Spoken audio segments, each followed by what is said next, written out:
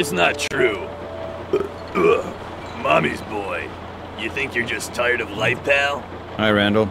Evening. Scotch? Double. On the way.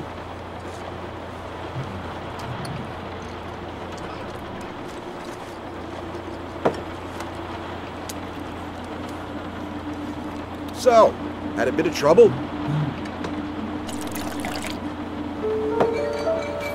Yeah, you could say that. Trouble with your wife, huh?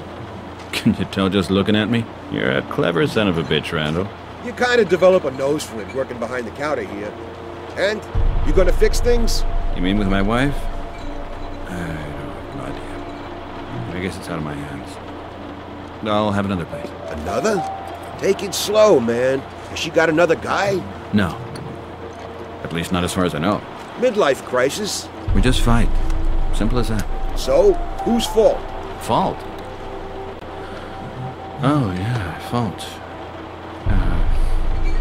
Mine, I guess. So what did you do? It's a long story. No, go on, shoot. You got a wife then? No wonder she's not interested in a wuss like you. Hey, Riker, just cut it out, yeah?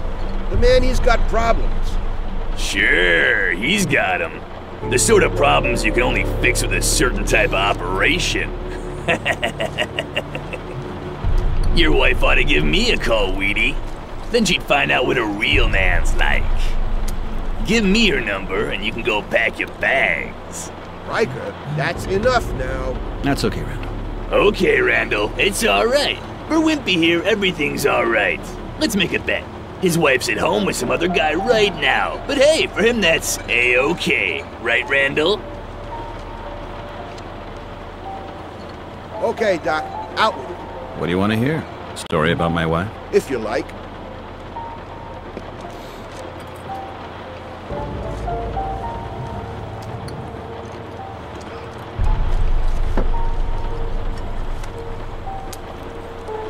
I met Kim in 1995 while I was studying in Washington.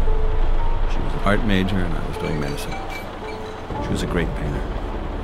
We had big plans. A painter, huh? So what did she paint?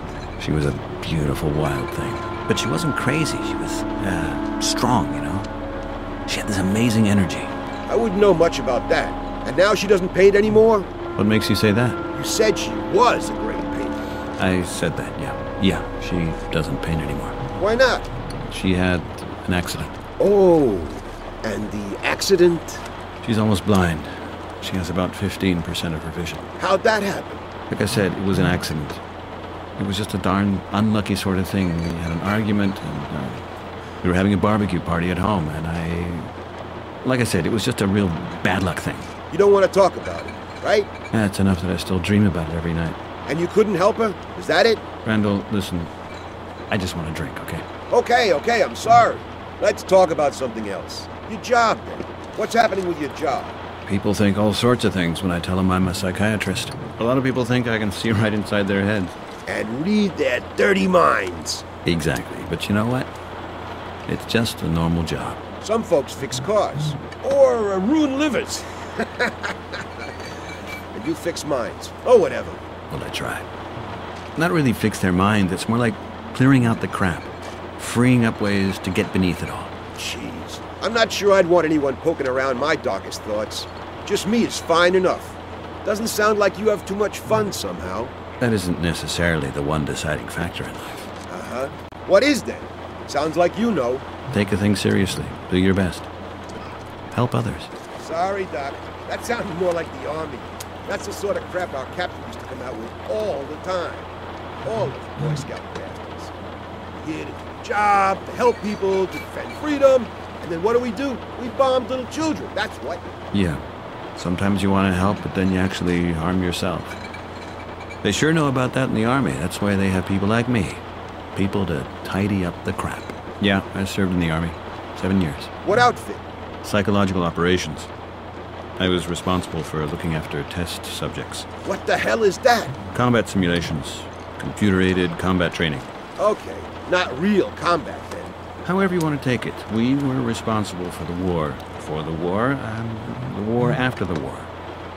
The war is in soldiers' heads. But you're not doing that anymore. No. Pays too bad? No. Your wife had something against it?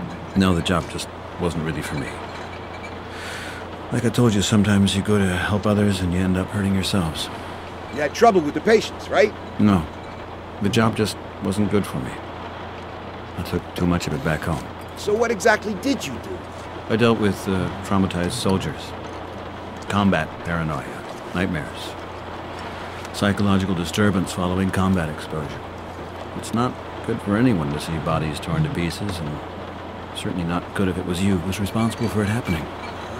So it didn't do you a whole lot of good hearing about that. Is that it? No, not very. And you're still having problems with it, huh? Let's just leave it at that, shall we? It was a long time ago, and I'm tired of talking about it.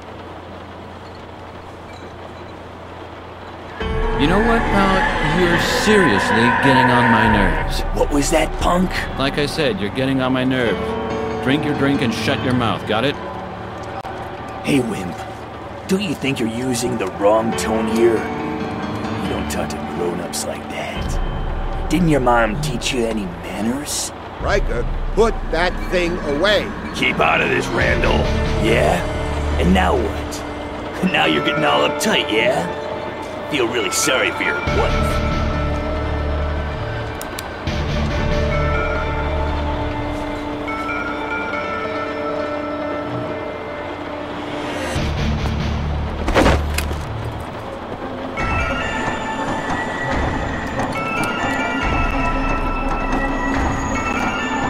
Okay, my friend. And now? Who's uptight now? Hey! Listen, man. Stay cool, yeah? This thing could just go off. Try it.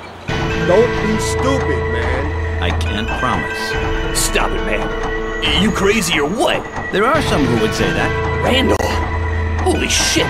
This guy's flipping out. It's okay. It's okay, Randall. I'm sorry. I didn't want to do that. Not my day today.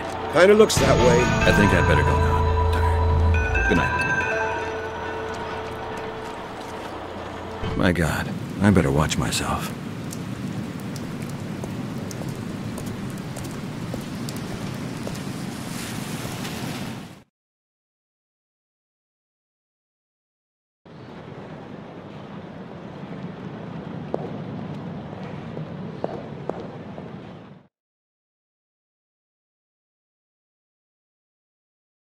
What a nightmare. I'm just wrecking stuff. I'd better get to bed fast.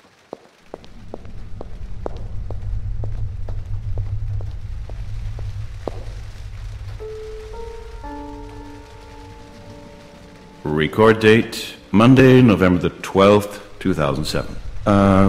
Progress with examinations as follows. All patients were accessible. Drugs still withdrawn. The patient in cell number 5 had to be restrained. This measure was approved by the authorities. Recursive reconstructions have been successful, partly due to implementation of ambient changes and external stimuli. These sessions were recorded. Evaluation of the content is still difficult. Information relating to identities has not been forthcoming. The correlation between the recollections is noteworthy. It's becoming more and more clear that the 5 patients are associated with each other and that they have spent time at the same place. It's evident that several patients have been involved in violent conflict. A military property has been hinted at as a possible location with tight security and close to water. Further action? Continuing with reconstruction with help of previous recordings. Journal recording end. Confidential note. Kim has appointed a lawyer, Frank. In the corner of the bar today, there was a crazy guy who provoked me. If you only knew where my head's at, he would have kept his mouth shut. I controlled myself. However, I was close to losing it. I almost did. Maybe Kim's right. I have nightmares every night. I don't know how long I can hold on. I just don't know.